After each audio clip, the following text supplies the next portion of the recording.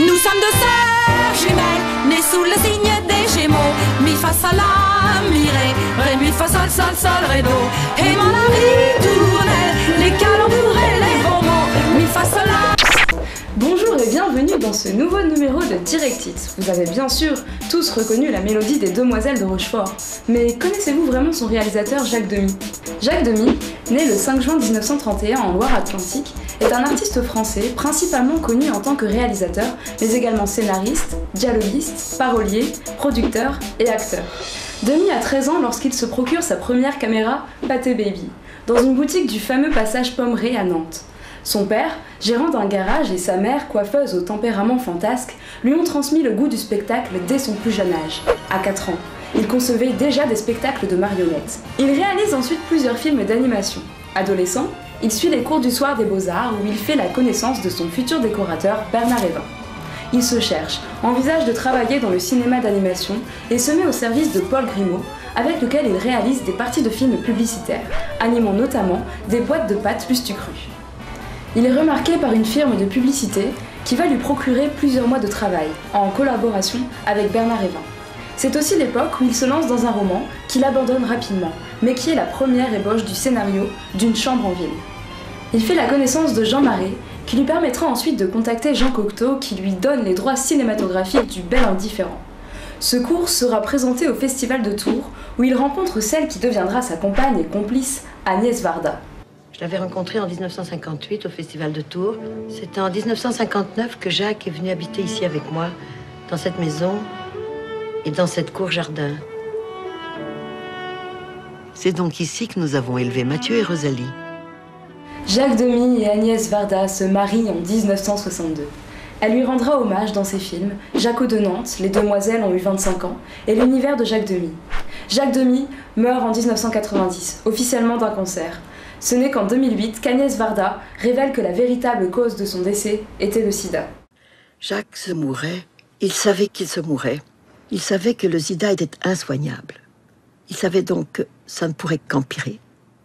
Nous le savions tous. Personne n'en parlait. C'était une sorte de silence affectueux et parfaitement respectueux de Jacques qui n'en parlait pas. On a accepté ce non-dit parce que c'était le non-dit de Jacques. Mais c'était sa volonté de garder le silence, donc voilà. Et à l'époque, en 89, le sida a été considéré comme une maladie honteuse. Les contes, les légendes, voire le féerique, sont très présents dans ses films. Podane, d'après Charles Perrault, le joueur de flûte, dans la légende de Hamelin, Parking, d'après le mythe d'Orphée, dans Les Demoiselles de Rochefort, il insère des éléments de la vie quotidienne et ses problèmes pour obtenir des films mêlant rêve et réalité. Mais il vous faudra auparavant vous conformer au plan que j'ai conçu pour vous savamment. Cette frontière entre réalité et conte se retrouve également dans la localisation de ses films. Enfant du bord de mer, Jacques Demy plaça l'action de nombre de ceux-ci dans une cité portuaire, lieu frontière entre terre et mer. Lola et Une chambre en ville à Nantes, la baie des Anges à Nice, 3 places pour le 26 à Marseille. Je suis bien au bord de la mer. Et comme la mer, enfin, je sais pas, on a des couleurs changeantes comme ça. Peut-être je suis un petit peu comme ça, enfin, gris et bleu. Il faut rappeler que les films de Jacques Demy accordent une grande place à la musique. Il a souvent fait appel à Michel Legrand pour composer les musiques. Demy s'attelle lui-même au texte et allant même à 2 occasions jusqu'à réaliser des films entièrement chantés. Les Parapluies de Cherbourg et Une chambre en ville. Ces 2 films du reste se démarquent paradoxalement de son univers féerique pour explorer le sentimental dans une description sociale méticuleuse. Je trouve ces gens ridicules, je déteste le carnaval. Ne sois pas amère, ma chérie. C'est fou ce que tu es grosse, tu le portes devant, ce sera un garçon ou alors des jumeaux. Mais non, tout est normal. Il est probablement le seul réalisateur en dehors des États-Unis à avoir obtenu un succès international dans le domaine du film musical avec Les Parapluies de Cherbourg, Palme d'Or au Festival de Cannes. À sa sortie, Le film obtient immédiatement un succès public et critique. Outre Jacques Demy, ses complices Mac Baudard, Michel Legrand et Catherine Deneuve obtiennent une immense notoriété internationale. Malgré le succès des Parapluies de Cherbourg et une équipe prête à s'atteler à un nouveau film, le financement des Demoiselles de Rochefort n'a pas été très facile dans la mesure où le budget nécessaire est énorme pour l'époque. Mac Baudard parvient à obtenir la participation de la Warner, qui permet de doubler le budget, atteignant 6 millions de francs, et d'amener dans la distribution les acteurs américains Gene Kelly et George Chakiris. La fille a disparu, mais l'amour m'a choisi. Ba-dum-ba, ba-dum-doo-doo-dia. Pa-pa-pa-da-ba-da-ba-da-ba.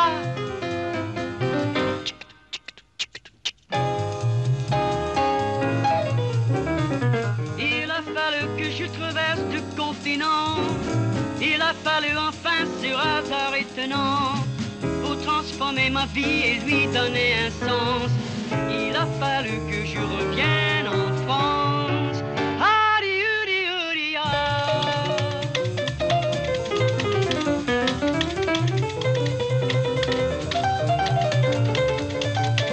Le film est un succès retentissant à travers le monde. Après une incursion non fructueuse aux États-Unis, on compte 3 films jusqu'à la fin des années 70. Peau d'âne, Le joueur de flûte, Lady Oscar. Il réalise ensuite Une chambre en ville, mais ce n'est pas un succès commercial. Cet échec est aggravé par l'affaire Une chambre en ville. Un certain nombre de critiques de cinéma dénoncent dans la presse cet insuccès de Jacques Demy en mettant en cause la sortie simultanée de L'As des As de Gérard Houry. Demy s'attelle alors à Parking, écrit dans les années 1970 d'après le mythe d'Orphée. Il trouve un producteur, mais avec la condition de pouvoir présenter le film au Festival de Cannes prochain, soit quelques mois après seulement. Il n'est au final pas terminé à temps. Le résultat est une précipitation qui, ajoutée à une certaine insuffisance budgétaire, fait que le film est largement raté, notamment du point de vue de Jacques Demy, lui-même qui l'a déclaré exclu de sa filmographie. L'une à l'autre, de l'autre à l'un mon cœur, de l'autre à l'un mon cœur balance. J'ai de la chance, vous mes deux enfants de l'amour, vous êtes ma nuit et mon jour. Comment choisir?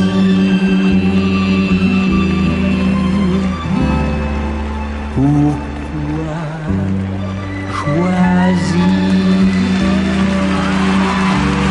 Demy vit également mal le fait que l'acteur principal, Francis Huster, ait obtenu du producteur de pouvoir interpréter lui-même les chansons du film, avec un résultat que le réalisateur juge catastrophique.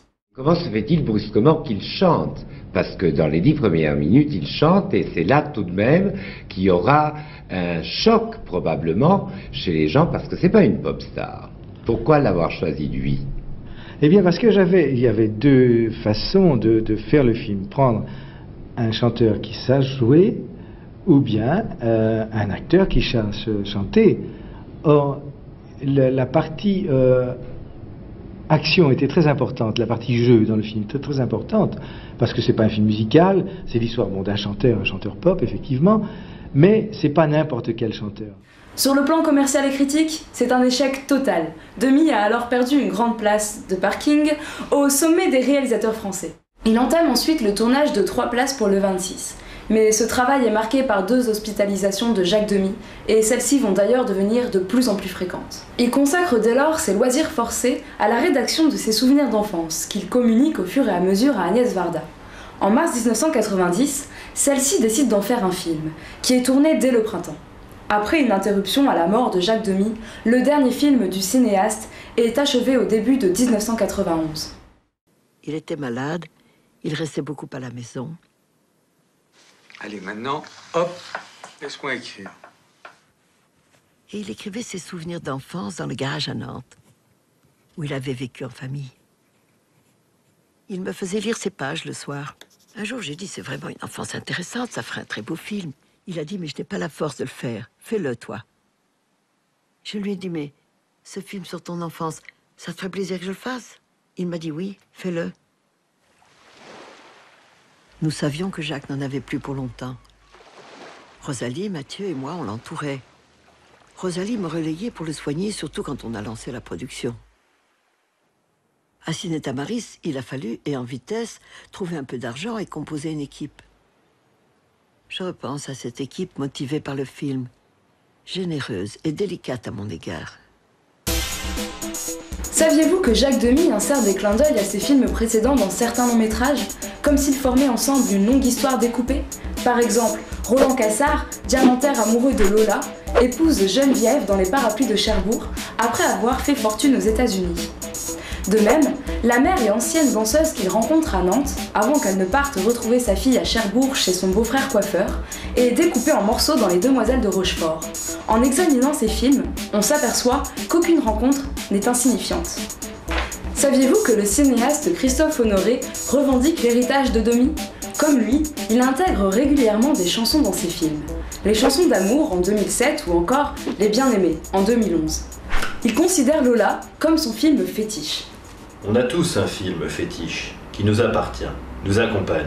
Le mien, c'est Lola, le premier film de Demy que j'ai vu. Il m'a surpris et touché. La façon dont Demy jouait avec les comédiens et la bande-son, en n'hésitant pas à créer entre eux les décalages, quelle audace! Pour moi, tout devenait soudain possible. Merci Christophe. Rubrique News. La Cinémathèque française présente depuis le 10 avril de cette année et jusqu'au 4 août une exposition rétrospective sur Jacques Demy, intitulée « Le monde enchanté de Jacques Demy ». Nous vous invitons à approfondir votre découverte sur le réalisateur chantant. Ne ratez pas le prochain numéro de Direct Hit dans 2 semaines consacré à Steven Spielberg. Ulysse, où es-tu? Je suis là!